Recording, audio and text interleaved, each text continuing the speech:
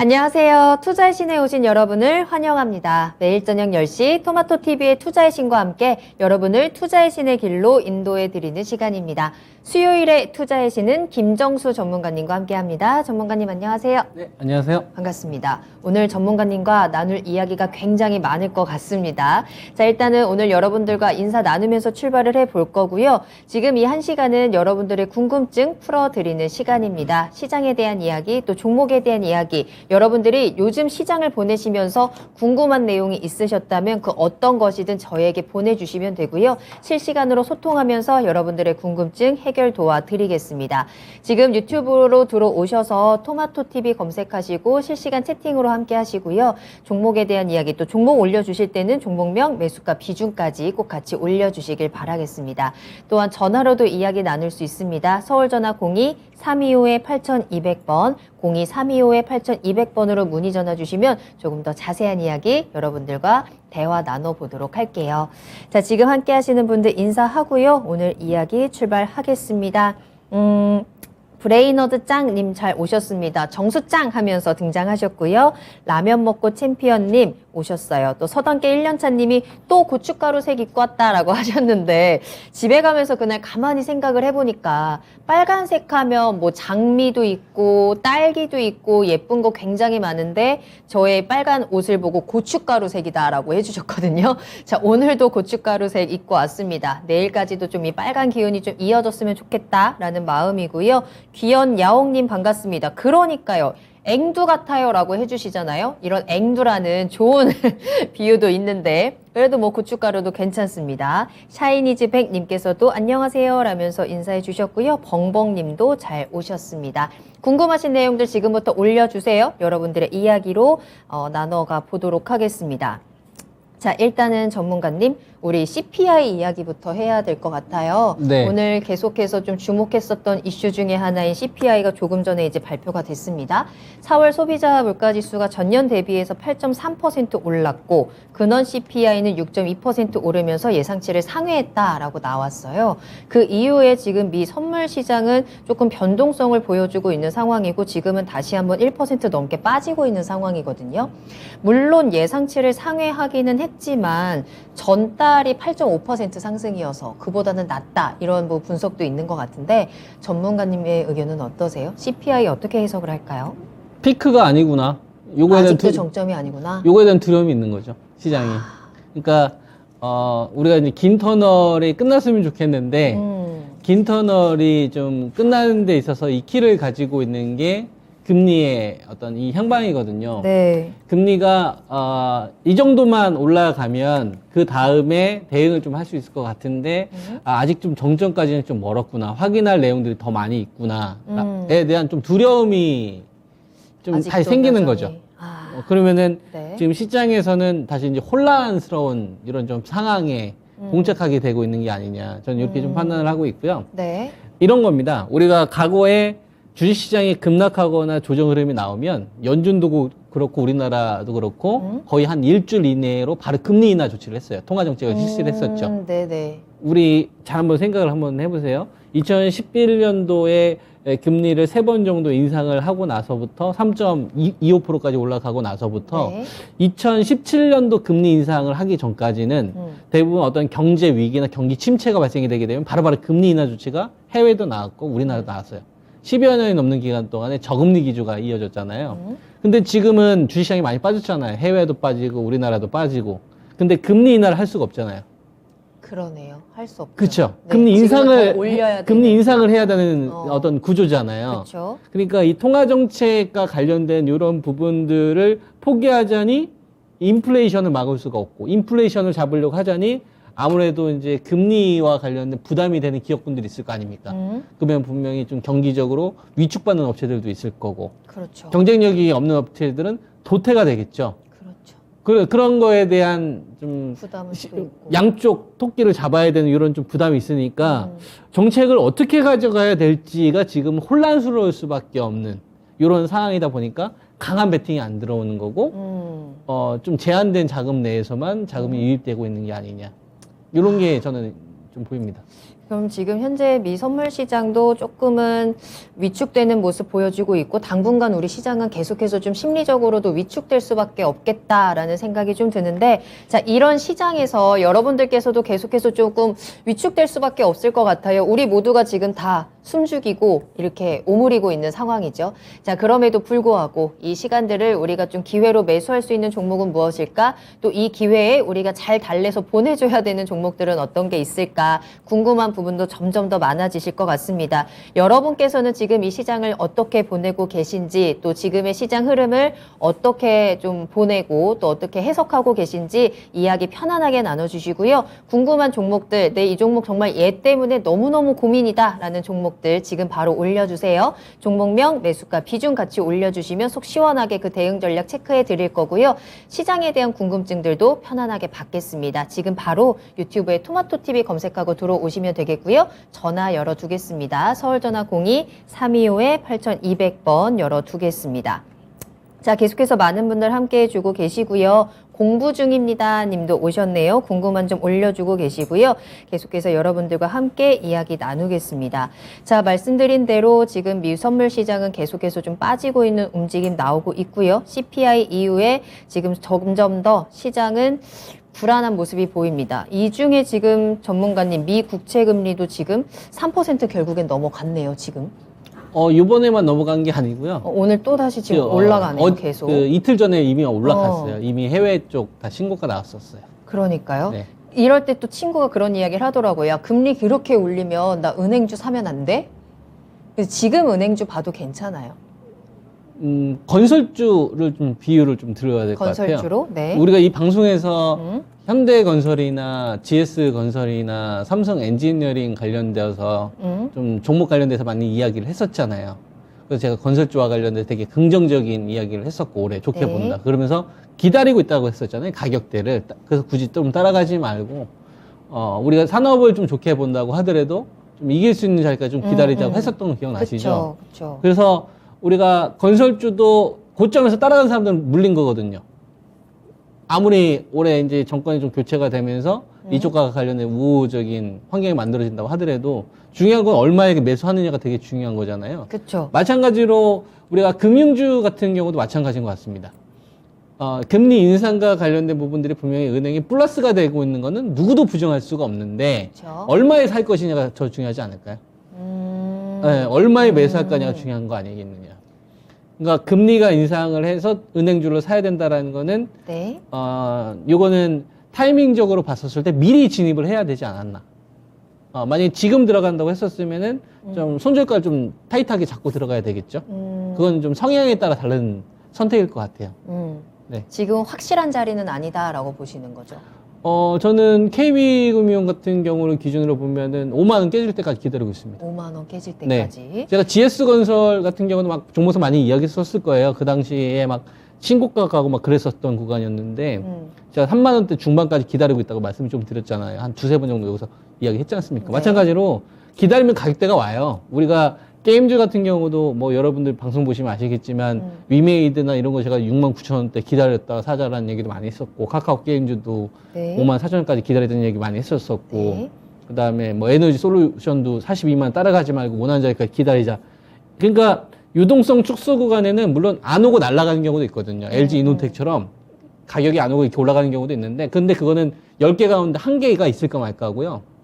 대부분이 유동성 축소 구간이기 때문에 원하는 자리까지 오는 경우가 훨씬 더 많습니다. 근데 이렇게 해야만 저는 생존한다고 보거든요. 이쪽 업계에서는. 그래서 뭐 은행주를 하시든 아니면 뭐 이번에 러시아 전쟁과 관련된 뭐 테마들도 많이 불거졌지 않습니까? 네네. 진짜 그쪽에 대해서 확신이 있었으면 뉴스 다 터지기 전에 한 게 아니라 미리 샀어야죠. 그게 투자 아닙니까? 누구나 다 알고 있는 내용 가지고 저때 샀어야 되는데 이거는 뭐냐면은 저는 패배자라고 보거든요. 결과 다 나온 다음에 누구나 다 얘기하는데 막상 지금 상황에서 전략 제시하라고 하면은 네. 못하면서 그러니까 결과가 나온 다음에는 누구나 다 이야기를 할 수는 있지만 그거는 전 전략이라고 보지 않나요. 그거는 패배자 심리라고 보고 있고 실제로 내가 그 기업이나 어떤 그 전략을 세우는 데서 확고하다고 한다면 폭락이 나오거나 신저가 나왔을 때 전 들어가야 된다고 봅니다. 그러면 그 기업을 가격으로 본 게 아니라 진짜 그 기업을 보고 투자한 거거든요. 그 사람들은. 워렌 버핏이 이렇게 투자해서 살아남았죠. 이쪽 업계에서.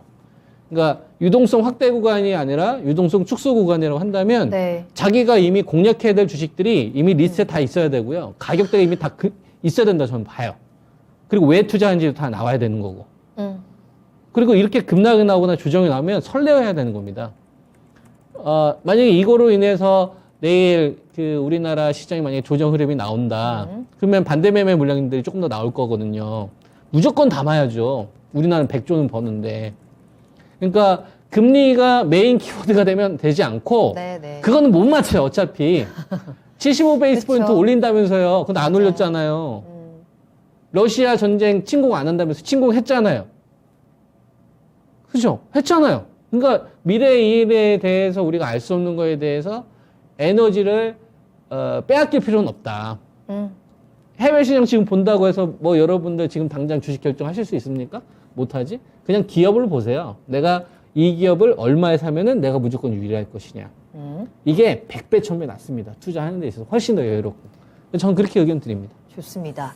자, 네. 우리는 어쨌든 주식이라는 게 어떻게 보면은 명확하지 않은 미래를 보고 이제 투자를 하는 건데 우리가 그 가운데서도 내가 할 수 있는 것, 내가 분석할 수 있는 것, 조금 더 눈에 확실하게 보이는 것들에 집중을 하면서 투자 전략을 짜보는 게 어떨까라는 생각이 드네요. 내가 사고자 하는 종목들, 사고자 하는 섹터들에 대해서 정확한 기준을 세우고 정확한 분석이 필요할 것 같은데요. 혼자 하기 힘드시다면 투자의 신호로 보내주세요. 지금 이 시간 유튜브 실시간 채팅창 활짝 열려 있습니다. 시장의 분위기가 이래서 그런지 오늘따라 채팅창 분위기도 굉장히 조용하거든요. 자, 여러분들이 질문 올려주셔야 함께 채워갈 수 있는 한 시간이니까요. 또 이럴 때 질문 올려주시면 채택되실 가능성이 더 높아집니다. 궁금한 내용들 주저하지 마시고 지금 바로 올려주시고요. 종목 때문에 고민도 많으시잖아요. 종목에 대한 전략들. 내가 가진 이 종목은 얼마나 확실한 것이냐, 내가 갖고 있는 분석이 맞는 것이냐 한 번 더 확인해보는 시간도 중요할 것 같습니다. 종목명 매수가 비중 같이 올려주시면서 앞으로 방향성들 같이 확인해 가세요. 자, 그러면 오늘의 첫 번째 질문 바로 만나보겠습니다. 유튜브에서 성정님이 올려주신 질문이고요. 기아 한번 살펴볼게요. 매수가가 85,500원이고요. 비중은 20% 보유하고 계십니다. 오늘 매수가까지 복구가 됐는데 다시 또 급락할까봐 너무너무 무섭습니다. 이 상승세 이어갈 수 있을까요? 라면서 올려주셨네요. 자, 기아. 오늘 같은 장에서도 2% 넘는 상승세. 어제도 빨간불 강하게 켜낸 종목이었고요. 오늘 86,100원까지 올라왔습니다.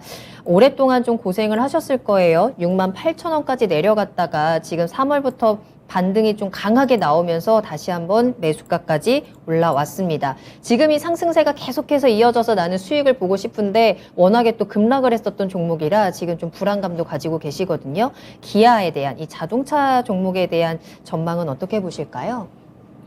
저는 기아는 지금 중요한 가격대가 네. 79,000원으로 저는 판단이 됩니다. 79,000원. 그러니까 네. 79,000원이 붕괴됐었을 때는 좀 상승이 소멸된다라고 생각을 하시고 좀 빠져나오는 전략을 좀 제시를 해드리고요. 네. 매수 가격이 85,500원이잖아요. 그러면 이제 가격 범위가 조금 약간 있지 않습니까? 한 79,000원까지. 근데 요 매수가보다 더 중요한 거는 이 상승 기조가 이어지기 위해서는 저는 79,000원 라인대가 방어가 돼야 된다고 보고 있고요. 네. 요 가격대가 작년도 8월 달부터 이 수렴됐던 자리예요. 요 자리가.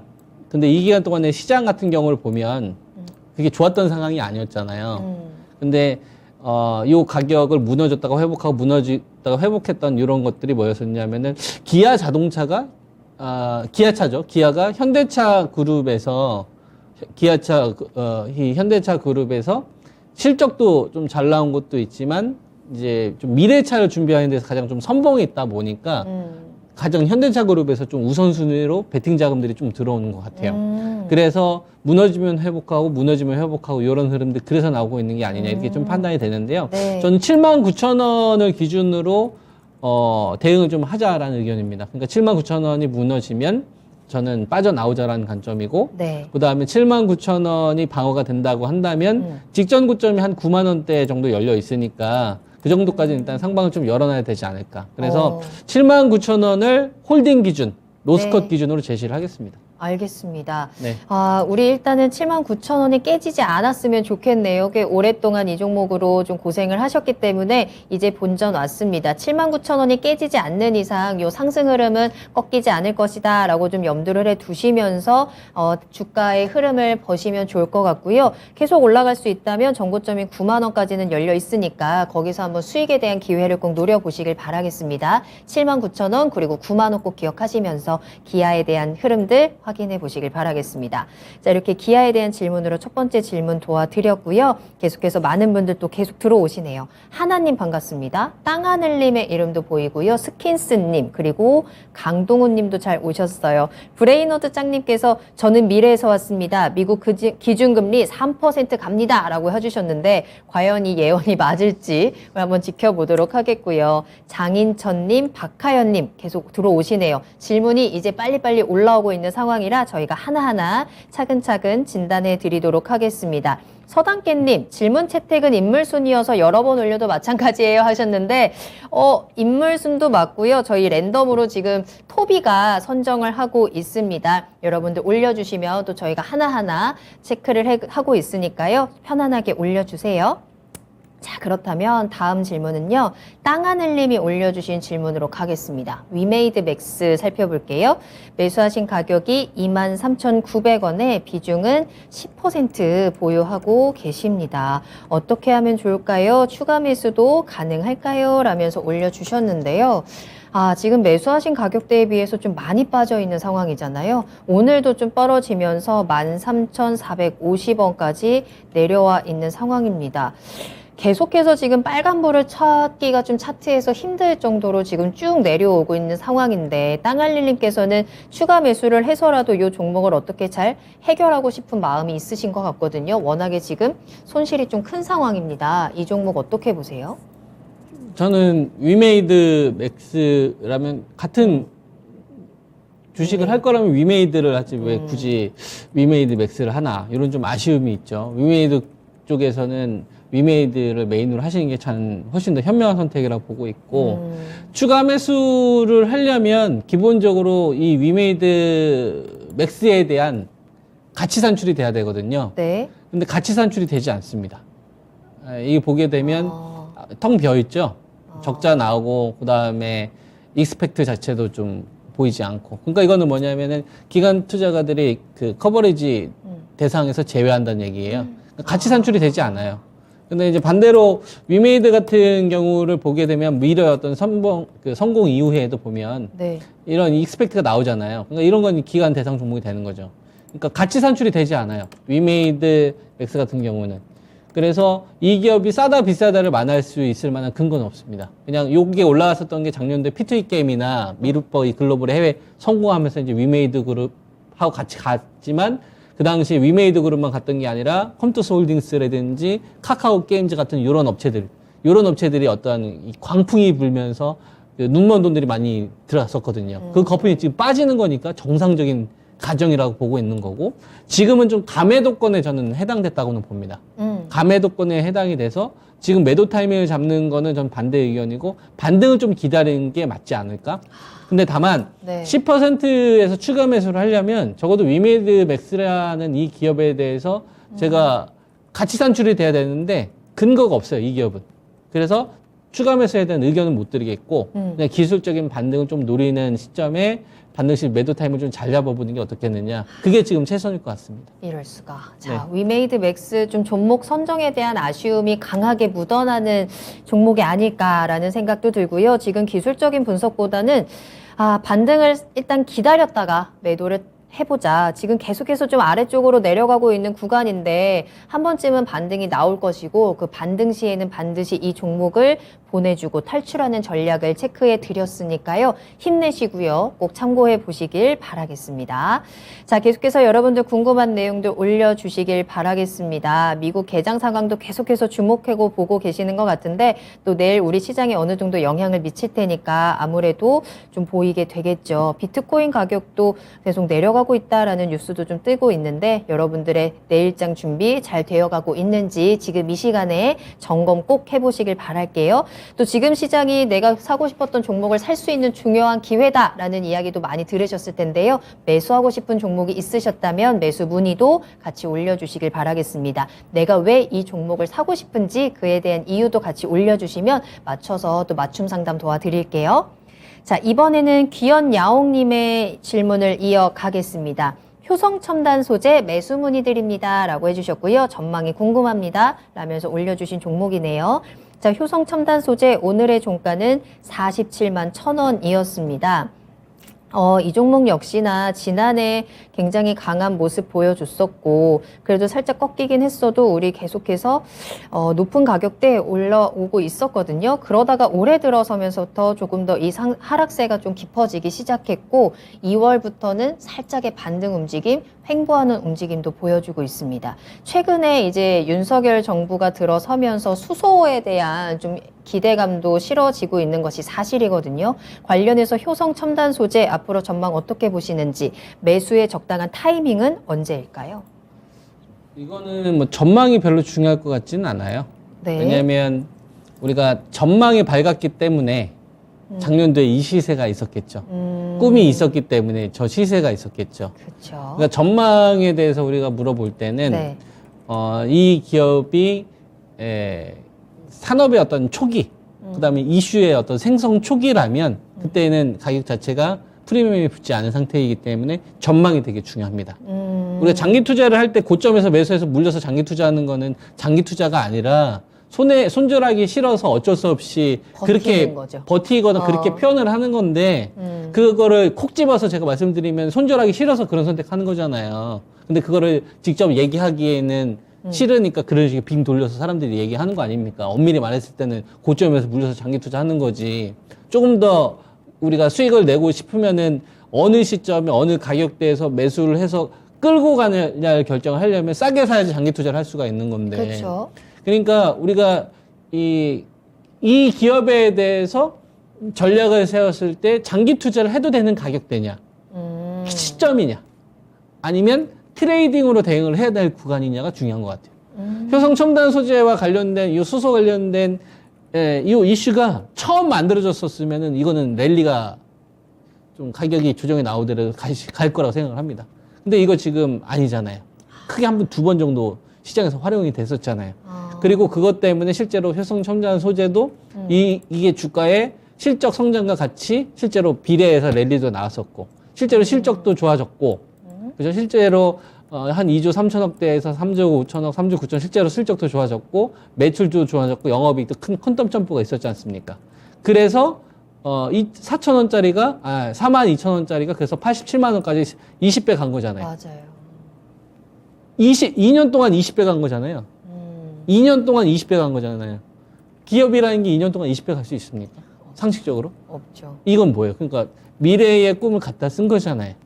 그러면 이 주식은 87만 원에서 47만 원까지 반토막이 난 게 중요한 게 아닙니다. 네. 저점에서 그럼에도 불구하고 이미 10배가 올라왔다가 중요한 거고요. 그리고 지금 시장이 자금을 뿌려주는 유동성 장세이냐가 더 중요한 거죠. 그건 아니잖아요. 아니죠. 근데 그렇다고 해서 이 기업이 뭐 적자에 허덕이는 기업은 아니니까 어느 순간에 하락이 멈추는 자리가 나오기는 할 겁니다. 다만 이게 지금 47만 원 자리에 들어가서 이 랠리가 만약에 이어진다고 한다면 네. 요 작년도에 2021년도에 있었던 요거보다 더 큰 모멘텀이 시장에 던져져야 되는데 그거는 저는 지금은 없다라고 좀 판단이 되거든요. 이 새 정부의 수소 관련 법, 수소법이라든지 수소 에너지에 대한 투자 모멘텀도 그렇게 새롭거나 강하지는 않다라고. 아니 보시나요? 그거는 작년도에 이미 반영이 됐잖아요. 됐고, 그러니까 새롭지 않다. 그렇죠. 이미 그거를 작년도부터 뛰어넘을 거잖아요. 모멘텀이 지금은 없다. 예, 작년도에 이미 현대차 그룹부터 시작해서 이미 이쪽 관련된 청사진 때문에. 발표했었고 롯데그룹이나 효성 그래서 이런 기업들 다 인적 분할도 하고 했던 거 아닙니까? 주가에 다 반영이 된 거잖아요. 이미. 그렇죠. 반영이 됐다고 봐야죠. 그리고 그나마 이번 정권에서 그런 내용이 있기 때문에 그나마 이제 그 기대감을 좀 네. 버텨주고 있는 거거든요. 그러려면 우리가 1월 28일 날 발생됐던 게 한 39만 8천 원인데 요 자리가 만약에 무너지면 마지막까지 있었던 되게 매수세가 사라진다라고 봐야 되는 겁니다. 그러면 이거는 단기 충격으로 끝나지는 않을 거예요. 요 가격이 무너진다면. 네. 그래서 만약에 내가 효성 첨단 소재를 들어가려고 한다면 요걸 반드시 저는 손절가로 잡고 들어가셔야 된다. 저 같으면은 손절할 자리라고 생각하면 안 들어가거든요. 차라리 그냥 완전히 더 큰 투매를 기다리거나 이길 수 있는 자리까지 좀 기다리는데 지금 시점에서는 직전 저점 39만 원대 손절가로 잡고 들어가야 되는 자리다. 아, 이렇게 저는 의견 좀 드릴 수 있습니다. 알겠습니다. 네. 질문 주신 귀현여웅님 진단 감사합니다 라면서 또 감사 인사도 함께 나눠주셨는데요.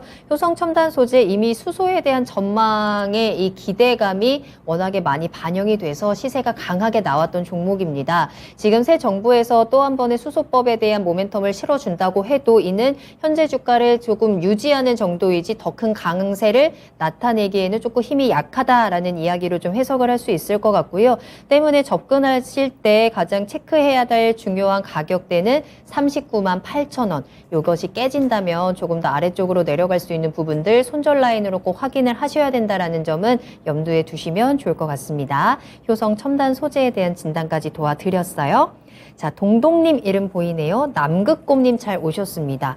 자성발전님 닉네임 처음 보는데 환영합니다. 잘 오셨어요. 여러분들도 채팅창에서 우리 토비를 놀리고 계시는데 토비 너무 괴롭히지 마시고 또 여러분들 궁금하신 내용들 계속해서 올려주세요. 종목도 좋고요. 시장에 대한 궁금증 편안하게 올려주시면 되겠습니다. 자, 다음 종목 볼게요. 이번에는 스킨스님께서 SK 스퀘어를 올려주셨거든요. 매수가가 59,000원에 비중은 50% 담으셨습니다. 전망 좀 알려주세요 라면서 올려주셨는데 SK 스퀘어 오늘은 44,700원에 거래를 마쳤고요. 이 종목 상장한 지 아직 채 1년도 되지 않은 종목입니다. 한 7만 원 선에서 상장을 한 이후에 지금 4만 원 정도까지 내려와 있는 상황이고 저는 이 종목에 대해서는 잘 모르거든요, 전문가님. 이 종목이 어떤 종목이에요? SK그룹에서 그래서? 사실상 좀 특이한 사업 구조를 가지고 있죠. SK그룹에서 어떤 그 하이닉스 같은 이런 중요한 계열사들이 있을 거 아닙니까? SK텔레콤이나 SK이노베이션 투자와 관련된 배당과 관련된 결정권을 가지고 있어요. 야, SK 하이닉스 니네 이번에 그 청주 쪽에 랜드 투자 더 늘려. 이게 딱 결정. 야, SK텔레콤 이번에 배당 좀 늘려. 스퀘어가요? 예, 그 정도의 권한을 가지고 있어요. 그래요? 네. 그것 때문에 오. 지금 SK 스퀘어가 가지고 있는 시총 대비 네. 이 보면 재무제표 보면은 없잖아요. 텅 비었잖아요. 적자 났네. 2021년도에. 그죠? 근데도 불구하고 시가총액의 6조 3천억을 기록하지 않습니까? 굉장히 희한한데요. 희한한 사실상 구조네요. SK그룹에 대한 권한을 인정을 해주는 거죠. 아, 진짜. 현금 흐름을 결정할 수 있는 권한. 그리고 SK 스퀘어 같은 경우에는 SK 그룹 내에서 카카오나 네이버 있잖아요. 이런 플랫폼 업체들을 상대로 해서 플랫폼으로 키우려고 하는 거야. 우리가 많이 사용합니다. 운전하시니까 팀에 많이 사용하잖아요. 네. 2천만 명이 사용하거든요. 네. 그거 플랫폼으로 활용을 해서 광고도 낼 수도 있고 돈도 벌 수 있죠. 거기다 이제 광고 같은 거 해가지고 볼 수도 있잖아요. 그럼요. 그걸로 SK 그룹에서 내가 너한테 좀 밀어줄 테니까 SK 스퀘어 너 중심으로 해서 플랫폼사 한번 키워봐. 아, 너한테 똘똘한 자회사도 밀어줄 테니까. 그래서 작년도에 적자로 표시되어 있잖아요. 작년도 재무제표를 보게 되면 텅 비었지 않습니까?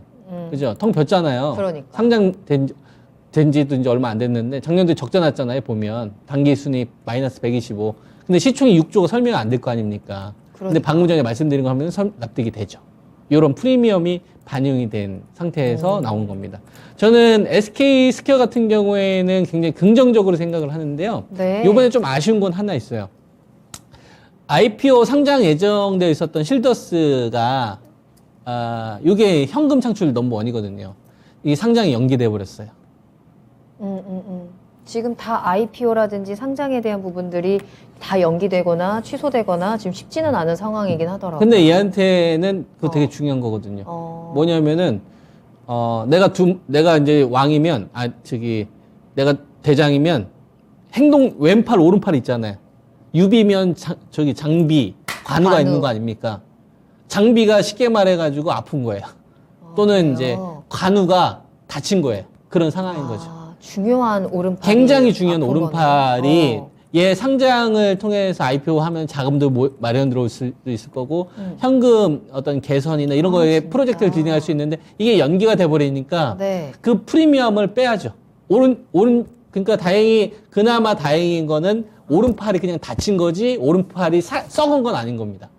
썩은 거는 이제 사라지는 건데 썩은 게 아니라 얘가 딱 철갑을 두르고 튼튼한 팔이 돼서 든든 오른팔이 돼서 딱 나온 다음에 IPO 되면서 현금 흐름 좀 만들어져서 딱딱 진행을 하고 플랫폼과 관련된 사업을 하는 데서 순차적으로 가려고 했는데 최근에 이제 시장 상황이 안 좋으니까 밀어버린 거죠. 그러면 여기 줬던 프리미엄이 빠져버리는 거죠.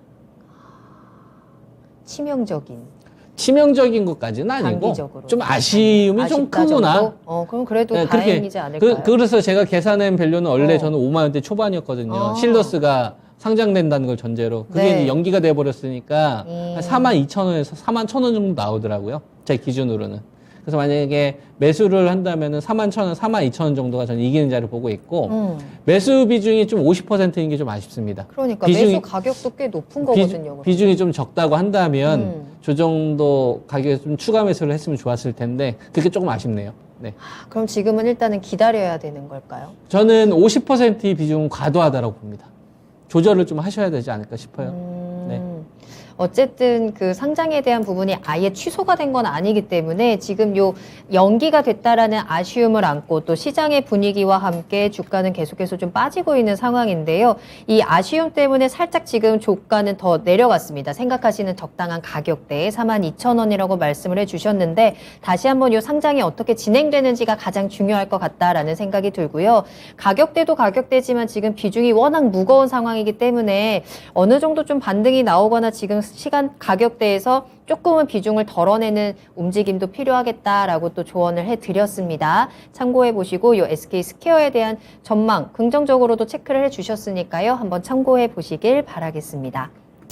앞서서 우리 톱이 너무 괴롭히지 마세요 라고 했더니 괴롭힌 거 아니고 관심 한 스푼 준 거예요 라고 하셨는데 관심 좋습니다. 관심 계속해서 주시고 사랑스러운 관심을 더 많이 주시면 좋을 것 같고요. 여러분들의 사랑스러운 질문도 계속 기다리고 있습니다. 그리고 오늘도 전화 담당자는 애타게 여러분을 기다리고 있어요. 서울전화 02-325-8200번 02-325-8200번으로 문의 전화 주시길 바라겠고요. 요즘처럼 이렇게 시장도 힘들고 어디 가서 화풀이도 못하는 날 저희에게 연락 주셔서 위로 받으시고 응원 받고 가시면 더 좋을 것 같아요. 계속해서 전화 기다리고 있겠습니다. 저도 애타게 기다리고 있으니까요. 여러분 지금 바로 문의 전화 주시길 바랄게요. 자, 동동님 방송은 종종 보는데 채팅창엔 처음이세요? 방송도 자주 보시고 채팅창에 자주 와주세요. 저희 채팅창 굉장히 재밌고 사이가 좋습니다. 동동님께서도 그 일원으로 함께 정보들 얻어가시고 또 위로도 얻어가시면 좋을 것 같아요. 나비님 오셨네요. 잘 오셨어요?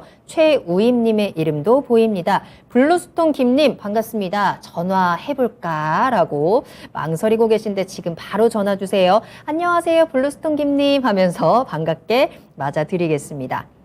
자, 그렇다면 다음 질문 받아볼까요? 설상가상님께서 CJ 매수 문의 주셨습니다. 내가 CJ를 매수하고 싶은 이유를 세 가지로 딱 정리를 해서 아주 보내주셨는데요. 첫 번째 이유, 안정적인 재무. 두 번째 이유, 중장기적인 저점 구간. 세 번째 이유는 올리브영이 신규 상장 모멘텀을 보고 있습니다. 이러한 이유로 시장이 좀 아쉬운 상황이니까 분할 매수를 하려고 하는데 맞는 선택인지 궁금합니다. 라면서 질문을 올려주셨습니다. 굉장히 좋습니다. 자, CJ에 대한 관심을 가지시는 이유들을 설명해 주셨고 그런 상황에서 CJ의 현재 주가 흐름을 좀 살펴보자면 오늘의 종가는 84,500원에 CJ는 거래를 마쳤습니다. 3월 달에 그래도 좀 잘 올라왔네요.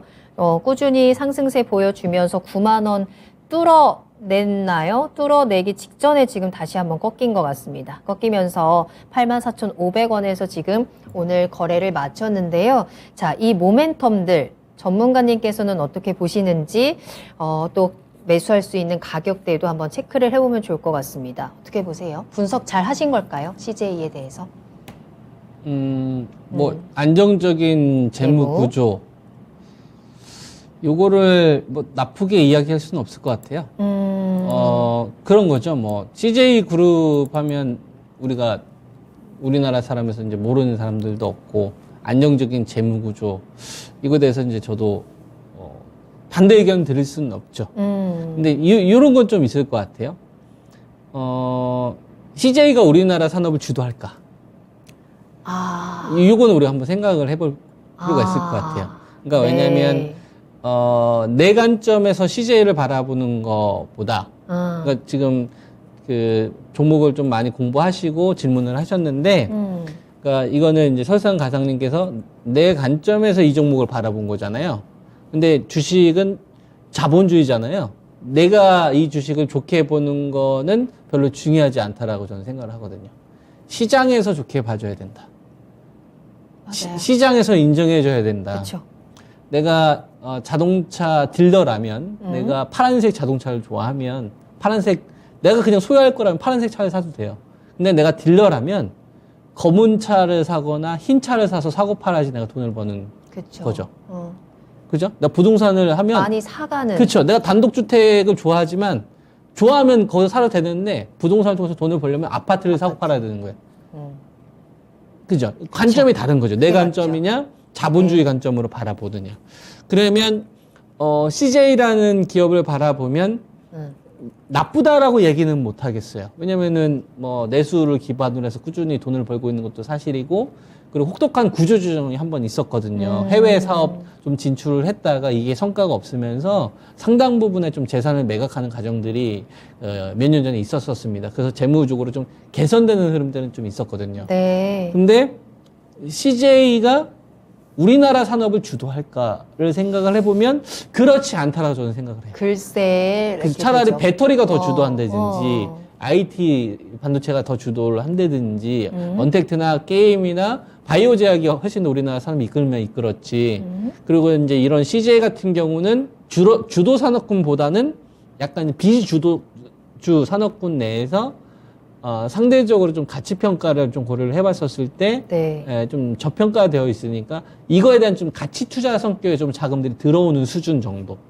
그래서 만약에 공략을 하실 거라고 한다면 네. 이 비중 자체를 꽉 실는 것보다 주도 산업군이 아니니까 비중을 걸어 놓는 거죠. 내가 주도 산업군에 한 80% 정도 담아 놓으면 비주도 산업군은 아무리 종목이 좋아도 한 10에서 20%밖에 실지 않는 거죠.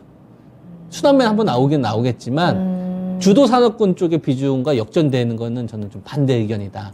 그래서 비중에 대한 부분만 저는 조금 약간 맥스를 좀 걸어 놓으시면서 하시는 게 훨씬 더 나은 선택이 아닐까? 이런 의견 좀 드리겠고요. 네. 종목 자체에 대한 좀 매수 전략을 세울 거라고 한다면 저는 CJ보다는 CJ 제일제당을 권합니다. 제일 제일. CJ는 지주사잖아요. 그렇죠. 근데 CJ 그룹에서 역량을 키우려고 하는 기업은 CJ 제일제당이거든요. 포스코 그룹에서는 포스코 케미칼을 집중적으로 키우려고 하고요. 하나 그룹에서는 하나 솔루션을 집중적으로 키우려고 해요. 그러니까 다른 애들은 손해보더라도 널 집중적으로 키워줄게. 이렇게 그룹사에서 밀어주는 기업이 있다. 삼성그룹에서는 당연히 삼성전자가 대들보 역할을 하는 거고 현대차 그룹에서는 기아를 밀어주고 있단 말이에요. 그래서 사명을 바꿨잖아요. 이게 딱 밀어주는 기업이 있다 이거죠. CJ 뭐 롯데그룹 하면 롯데케미칼을 밀어주잖아요. 그다음에 그러니까 롯데 1등. 지주 쪽으로. 으로 밀어주는 아이들. 그렇죠. 그러니까 중심이 되어주는. 아이들. 중심이 되는. 응. 모든 산업군을 다 데리고 갈 수는 없으니까 그치. 일단 너라도 먼저 성장을 집중적으로 해라. 포스코 같은 경우를 보게 되면 이 포스코 홀딩스를 이름을 왜 바꿨겠어요? 나 더 이상 철강주를 좀 보지 좀 마. 나 돈 잘 버니까 우리 변신하고 있단 말이야. 네. 그래서 포스코 홀딩스로 그래서 바꾼 거예요. 근데 덩치가 워낙 크니까 이제 2차 전지나 배터리 쪽은 일단 포스코 케미칼 너부터 일단 성장 주도하자. 네. 하나 그룹에서 하나 이런 식으로 가는 거거든. 그래서 CJ 쪽에서는 CJ 제일제당을 밀어주고 있어요. 그래서 만약에 CJ를 공략을 하실 거라면 CJ 제일제당하고 CJ를 그냥 하나로 묶어서 CJ를 올인할 거를 만약에 CJ 제일제당하고 같이 가져간다든지 만약에 비중을 20% 실 거라면 한 종목 20% 실기보다는 네. 한 종목 10%, 10% 실었는데 이런 게 저는 조금 더 효율적이지 않을까. 이런 의견 좀 드리겠습니다. 혹시 그러면 CJ 제일제당은 가격적인 전략을 말씀해 주실 수 있나요? 그거는 이제 다음에 질문하시면 제가 답변 좀 그럴까요? 드리겠습니다. 네. 알겠습니다. 자, CJ 매수해도 괜찮을까요? 라면서 올려주셨는데, 나쁘지는 않지만 산업에 대한 이해를 조금 더 하시면 좋을 것 같고요. 다만 CJ를 가지고 가실 거라면 비중을 너무 무겁게 가져가지는 말자라는 조언도 함께 해주셨습니다. 그리고 지주사보다는 이 지주사에서 조금 더 주력적으로 좀 밀어가고 있는 산업, 제일제당 쪽으로 한번 눈을 돌려보는 게 어떨까, 좀 분산 투자를 하는 건 어떨까라는 의견도 조심스럽게 제안을 해드렸는데요. CJ 제일제당 오늘 가격대 보니까 39만 9천 원에 거래를 마쳤더라고요. 자, 내가 이 종목을 매수해야겠다라는 생각이 드신다면 다시 한번 조금 더 구체적인 가격 전략들 문의 주시길 바라겠고요. 가지고 계신 종목들도 함께 종목 진단 함께 올려주시면 되겠습니다. 자, 서단계 1년차님 미장 하락 출발입니다 라고 하셨는데, 그쵸? 아무래도 그 선물 시장도 좀 빠졌던 만큼 밀시장도 오늘 좀 하락하면서 출발을 합니다. 변동성도 좀 보이는 것 같아요. 조금 낙폭을 줄여가는 듯 하다가 다시 한번 좀 흔들리고 있기도 하고요. 이 흐름은 오늘 끝날 때까지 정말 어떻게 끝날지 모르겠다. 좀 지켜보셔야 될 것 같고요. 그러니까 채팅창에서 내일 시장도 우리 확 빠지겠네. 막걸리나 먹어야겠다 라면서 라면 먹고 챔피언님이 벌써부터 이렇게 손을 탁 놓는 듯한 댓글을 써주셨는데, 자, 막걸리 마시는 건 좋습니다. 맛있게 드시고 대응 전략도 꼭 체크해 가세요. 지금 이 시간 궁금한 내용들 꼭 올려주시면 되겠습니다. 자, 이번에는 태린님이 올려주신 매수문의 계속해서 살펴볼까요? 신흥 SEC 매수문의 주셨네요. 신흥 SEC는 59,100원에 오늘 거래를 마쳤고요. 최근에 조금 이번 주인가요? 지난주부터 해서 조금 하락폭이 좀 크게 나오기는 했습니다. 67,000원대에서 59,000원대까지 오늘까지 좀 파란불 켜내고 있는 상황이죠. 신흥 SEC에 대한 매수문의 전망은 어떻게 보실까요? 신흥 SEC 하면은 삼성을 생각하시면 됩니다. 그래요? 삼성 SDI 쪽으로 해서 SDI. 네, 이쪽 매출 비중 거의 90% 정도 되니까 네. 삼성 SDI한테 거의 영향을 절대적으로 좀 받죠. 기업 자체가. 네, 그리고 신흥 SEC 같은 경우는 이제 우리가 그 알루미늄 이제 뚜껑 만드는 업체인데요. 네. 예를 들면은 화재 나지 않게, 터지지 않게, 약간 안정장치 같은 거, 이런 걸 납입을 해요. 그래서 이런 주식들은 이제 오히려 언제 좀 이렇게 시장에서 부각을 받을 수 있냐면 배터리 터질 때, 불날 때, 화재 사건 터질 때 안정장치 딱 부각받잖아요. 그래요. 네. 그리고 좀 이거는 좀 플러스 요인으로 작용하는 키워드고요. 네. 그다음에 이제 마이너스 같은 경우는 뭐냐면은 전고체 배터리 상용화 시기가 앞당겨진다. 경쟁사잖아요. 전고체 배터리 상용화가 좀 앞당겨지게 되면 그만큼 액체를 기반으로 한 이런 쪽은 아무래도 이제 이렇게 디스카운트가 발생될 수 있으니까 전고체가 차라리 문제가 심각하게 나온다든지 그런 반사이익을 좀 받을 수 있는 이런 키워드를 가지고 있는 거예요. 그래서 신흥 SEC를 좀 투자했을 때는 아래 이제 이런 좀 키워드로 제시해드릴 수 있는데, 네.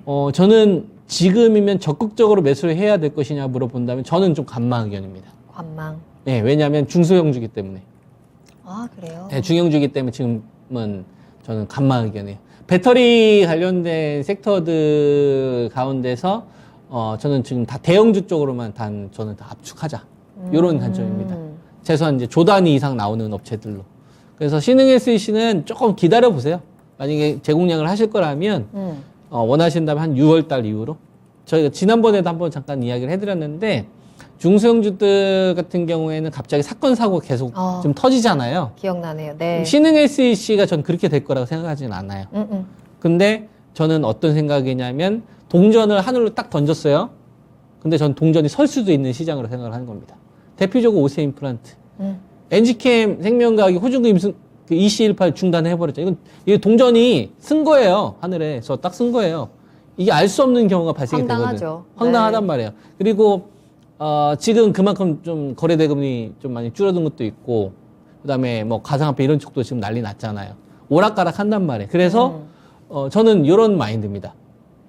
0.1%라도 그런 요인들이 발생이 되면 그냥 난 안 한다. 이런 마인드예요. 불확실성을 아예 단 없애는 거. 0.0001%라도 있으면 안 한다가 제 마인드예요. 그래서 차라리 내가 중소형주 쪽 만약에 좀 하고 싶다. 그러면 삼성한테 완전히 달라붙는 업체든지. 어느 믿을 구석이 있어야 되는 거죠. 그런데 그런 거는 현장에 대한 어느 정도 인맥이 있으셔야 돼요. 전화를 해서 바로 그 기업이 지금 매출이 들어오고 있는지 장비가 들어가고 있는지 이런 건 반도체 장비나 소재 업체도 바로 확인이 가능하거든요. 지금 평택에 장비가 지금 들어가고 있는지 안 들어가고 있는지 이런 건 바로 전화를 해서 확인할 수가 있어요. 어느 정도 이쪽 업계에 있으면. 근데 그걸 제외하고서는 소형주들은 저는 다 간망이에요. 근처도 안 갑니다. 단 호기심으로 한 주도 안 사요. 호기심으로 한 주도 안 삽니다. 6월 달까지는 아예 노터치고 그냥 다 초대형주 쪽하고 그리고 완전 그 대형주들 강남에 해당하는 이런 기업들만 네. 딱 가격이 왔었을 때만 하고 나머지는 절대 접근 안 합니다. 0.1%라도 가능성 있으면 저는 안 합니다. 6월 달까지는 저는 그래서 좀 하고 싶으면 그 이후에 좀 하자 이거예요. 마음 편하게 하고 싶으면. 그때까지는 폭탄 돌리기가 계속 나오고 있는 구간이다. 근데 이거를 지금 많이 전문가분들도 얘기를 해줘야 되는데 이걸 안 해주더라고요. 왜냐면 욕 먹을 수도 있고, 그 다음에 좋을 게 없거든요. 그잖아요. 근데 이런 거 알려줘야 돼요. 그래야지 여러분들 돈 지킵니다. 우리가 주식 투자에서 몇 % 수익 났다 이것도 중요한데요. 폭락 피하는 것도 훨씬 더 중요해요. 그럼요. 맞아요. 폭락 피하는 것도 되게 중요한 겁니다. 비중 조절하는 것도 마찬가지인 거고 여러분들한테 제가 이번 기간 동안 얼마나 많이 기다렸다 싸게 사자는 얘기를 많이 했었어요. 그리고 나서 돈을 벌려면 살아남은 사람들이 먹는 거예요. 그러니까 지금 같은 구간에서는 중성주들은 6월달 이후에 좀 마음 편하게 하자. 이런 마인드입니다. 신흥 SEC가 그렇다는 얘기가 아니에요. 네네. 근데 거기에 해당하는 애들은 우리가 조금 욕심을 내려놓고 안전한 쪽으로 가 있자. 아파트를 지게 되면 강남에 있는 아파트만 해당하는 기업들만 하자 이거예요. 적자 기업 다 치워버리고 내가 뭐 추가 매수를 하거나 신규 공략을 하고 싶어도 6월달 폭탄 마무리될 때까지는 그냥 완전 초대형주, 우량주, 실적주만 하는 거고 이거에 대한 가격 안 뽑히면 그냥 현금 들고 있다가 폭락이나 투매 나올 때만 하세요. 그게 100배, 1000배 마음 편합니다. 잠도 잘 와요, 그러면. 네. 좋습니다. 자, 우리가 공격을 위해서는 방어도 잘 해야 하는 거겠죠. 또 때를 기다리는 것도 굉장히 현명한 전략입니다. 그래서 지금보다는 조금 더 일단은 특히나 중소형주 같은 경우에는 조금의 불확실성, 조금의 위험성이라도 좀 피하는 게 어떨까라는 진단을 함께 도와드렸고요. 태리님께서 6월까지 명심하겠습니다. 라면서 답변도 올려주셨는데요. 일단 신흥 SEC라는 종목에 조금 더 주목을 해보자면 이 종목은 삼성 SDI의 영향을 받는다라는 점도 함께 체크를 해드렸고요. 배터리 관련 종목들 관심 있으시다면 지금 현재는 대형주 위주로 조금은 집중해서 보는 게 어떨까라는 조언까지 함께 확인을 해보시면 좋을 것 같습니다. 자, 다음 질문 한 가지 더 볼까요? 엄진호 님께서요. 현대로템 궁금합니다라고 올려주셨고요. 매수가가 21,500원, 비중은 30% 보유하고 계시네요. 진단 부탁드립니다 하셨습니다. 현대로템 21,000원대 매수를 하셨고 지금 손실 구간에 계시네요. 오늘은 18,300원에 거래를 마쳤고요. 꽤 오랫동안 최소 몇 달은 가지고 계셨을 것 같아요. 이 종목은 앞으로 어떻게 우리가 전망을 체크해야 되는지 또 가격적인 부분을 우리가 어떻게 대응 전략을 세워볼 수 있을지 한번 보겠습니다. 오늘 뉴스가 좀 뜨기는 했네요. 현대로템. 방글라데시의 납품 기관차 부정부패 논란? 이게 어떤 내용이에요? 이게 주가에 영향이 있을지도 좀 갑자기 궁금해지는데 현대로템은 앞으로 어떻게 보세요? 관심이 없던 기업이어서 추적 안 했던 기업이에요. 그러니까 뭐 현대로템이니까 뭐 철도 관련된 사업을 좀 했겠죠. 어디서 뭐 수주 받고 했는데 제가 이제 추적하는 대상에는 해당하지 않는 종목이라서 기업에 대한 히스토리는 잘 모릅니다. 시총이 작아서? 시총이 작은 것보다 아니면... 제 바운드리에 들어오는 종목은 아니에요. 현대로템 정도 되면 이제 철도나 이쪽인데, 네네.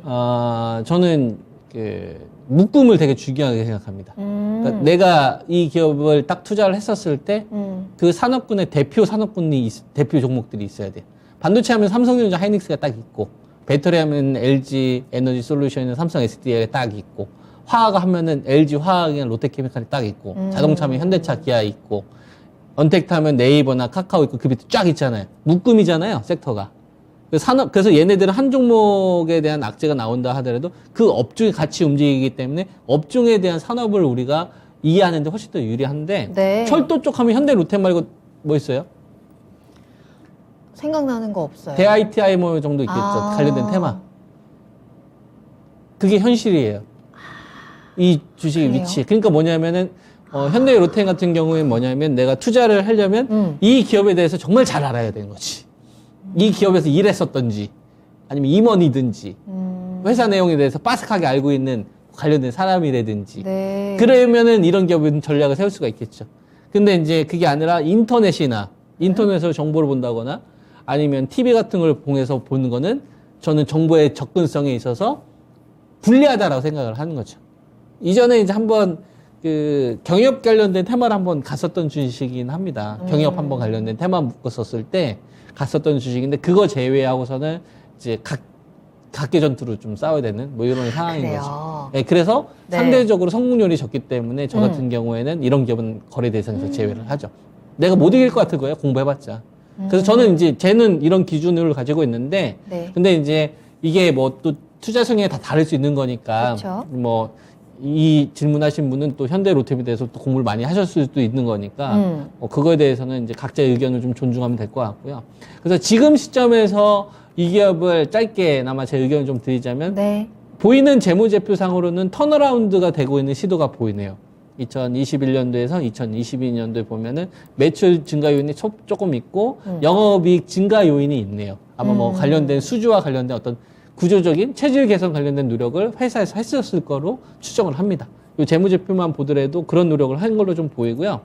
그리고 주가의 흐름을 좀 한번 살펴보면 1월 28일 날 저점을 찍고서 주가가 그 직전 저점까지 왔잖아요. 그러면 이거를 이제 뭐랑 비교를 하는 거냐면 네. 지수랑 한번 비교를 해보는 거예요. 이 녀석은 지수에 비해서 강할까 약할까 한번 비교를 한번 해보는 겁니다. 지수랑 한번 비교를 해보면 지수 같은 경우는 지금 보면은 1월 28일 날에 저점을 깼네요. 지수는. 근데 이 녀석은 아직 방어는 되고 있네요. 그러면은 우리가 이제 이런 생각을 할 수 있겠죠. 아, 지수보다는 조금 더 대기 매수가 있는 상태이구나. 지수보다. 근데 아주 강력한 정도는 아니구나. 그죠? 그러니까 지수 빠지면 같이 빠지는 거고, 지수 반등 나오면 조금 더 반등 나올 수 있는 정도구나. 지수보다 살짝 강세의 흐름에 연동되는 이 정도의 어떤 흐름을 우리가 예상할 수 있을 것 같습니다. 그래서 제가 제시해 드릴 수 있는 현대 로템에 대한 제 전략은 이제 지수의 어떤 영향의 절대권에 있으니까 이 부분을 집중적으로 좀 살펴보셔야 될 것 같은데요. 네. 이전에 무너졌던 자리가 되게 중요할 것 같아요. 이 자리가 한 얼마 정도 되냐면은 18,800원대에서 한 19,500원 정도로 보입니다. 그러니까 이 가격을 좀 돌파해주는 장대 양봉이 나와야 제대로 된 반등을 좀 시도할 수 있지 않을까? 그 전까지는 좀 밑에서 좀 그 약세 흐름 지속될 거로 봅니다. 그래서 제가 제시해 드릴 수 있는 전략은 19,500원을 돌파하는 장대 양봉이 전까지는 좀 그 약세 흐름 지속 불가피. 그리고 19,500원이 회복이 된다면 그때부터는 좀 반등을 모색할 수 있는 이런 어떤 대응 전략을 말씀드릴 수 있을 것 같습니다. 네, 지금 차트적인 부분과 그리고 실적에 대한 부분을 통해서 대략적인 분석을 도와드렸고요. 시청자님이 생각하셨던 현대 로템에 대한 모멘텀과 함께 잘 섞어서 어떻게 대응을 하면 좋을지 그 고민을 해보시면 좋을 것 같습니다. 자, 이렇게 오늘 김정수 전문가님과 함께 여러분들의 궁금증 해결 도와드렸고요. 마지막으로 전문가님의 공개 방송 일정을 소개해 드리겠습니다. 바로 내일입니다. 5월 12일 목요일 오후 4시 30분에 좋은 기업 꼭지에서 사지 말고 싸게 사는 전략이라는 주제로 공개 방송 진행이 됩니다. 증권통과 토마토 투자클럽 홈페이지 들어오시면 바로 참석 가능하시니까요. 장 끝나고 들어오셔서 여러 가지 정보들 얻어가시면 좋을 것 같아요. 여러분들의 많은 참여 기다리고 있겠습니다. 자, 그럼 김정수 전문가님과는 여기서 먼저 인사드릴게요. 오늘 감사합니다. 네, 오늘 저희가 방송에서 전해드린 내용은 투자 판단에 대한 참고 자료입니다. 투자는 투자자 본인의 책임과 판단에 따라서 이루어져야 한다는 점 다시 한번 유의해 주시기 바랍니다. 오늘 하루도 모두 고생 많으셨고요. 저는 내일 이 시간에 돌아오겠습니다. 시청해 주신 여러분 고맙습니다.